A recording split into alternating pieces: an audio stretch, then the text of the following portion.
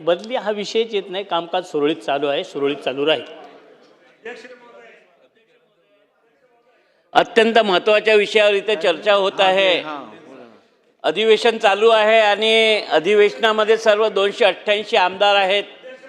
दुपारी कुठे ना कुठे आपण आपल्या या विधान भवनाच्या परिसरातच आपण जेवण्यासाठी जातो आणि इथे येणारं हे अन्न हे सुरक्षित आहे काय, हायजेनिक आहे का? मला वाटते की याची सुद्धा, कारण की आमच्या पक्ष कार्यालयात त्या दिवशी अमित जनकजी जेवत होते आणि चक्क थोडं जेवल्यावर त्यांच्या भातात माशी मिळाली. त्याचा फोटो आम्ही काढून ठेवलेला आहे. तर मला असं वाटतं की या परिसरात सुद्धा येणारं ज्या हॉटेल्समधनं कॅटर्समधनं तुमच्या दालनात असो की आमच्या दालनात असो, हे अन्न हे बरोबर येते का, आपण तरी सुरक्षित आहोत काय, याची चौकशी झाली पाहिजे. आणि मला वाटतं की दिलेली माहिती अत्यंत गंभीर आहे आणि त्याबद्दल निश्चितपणे विधिमंडळ स्तरावरती, विधानभवन स्तरावरती आम्ही चौकशी करून या संदर्भात उचित उपाययोजना करू. ची बैठक त्या भोजनासहित घ्या ना अध्यक्ष महाराज. ते माशीचे एक्स्ट्रा पैसे गावणार नाही मला माहिती आहे, पण अध्यक्ष महाराज विधानसभेत 3दा हा मुद्दा उचलला गेला.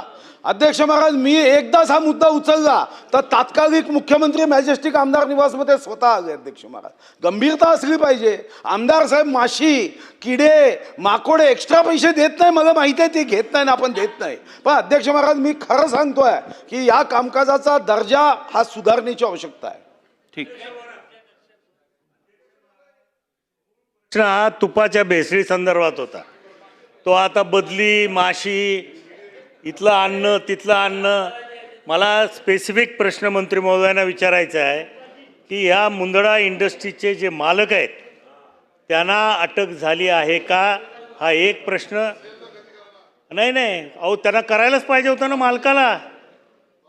त्यांना अटक झाली आहे का, नसली झाली तर कधी करणार. आणि दुसरा प्रश्न आहे, त्यांचं रिटेल आउटलेट आजही चालू आहे. जवळजवळ 1 कोटी रुपयाचा माल त्या रिटेल आउटलेटमध्ये आहे. तुम्ही कारखान्यावर धाड घातली आणि दुकान उघडं ठेवलंय. ते भेसळयुक्त तूप आजही विक्री चालू आहे.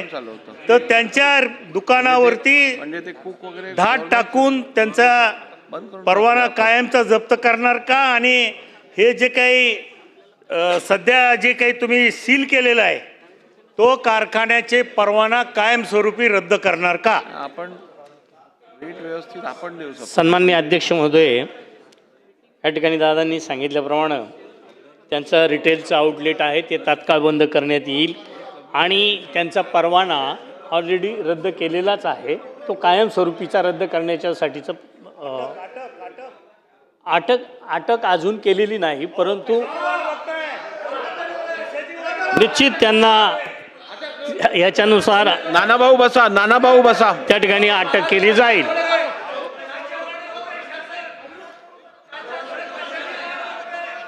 ठीक आहे, 1 मिनिट. मंत्री महोदय, आपण उत्तरात सांगितलं की गुन्हा दाखल केलेला आहे, बरोबर आहे, चौकशी झालेली आहे, बरोबर आहे.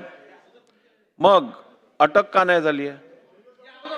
जर का चौकशीत ती व्यक्ती दोषी किंवा त्याच्यावर प्रथमदर्शनीय दिसून येत असेल की त्यांनी कुठचा अपराध केलेला आहे, तर मग अटक न होण्याचं कारण काय आहे? या अगोदर पण धाड पडली होती, काही झालं नाही त्याचं.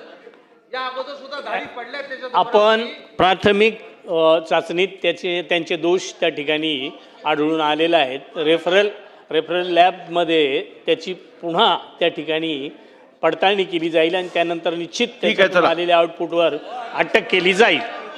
अध्यक्ष महाराज, माझा तोच प्रश्न होता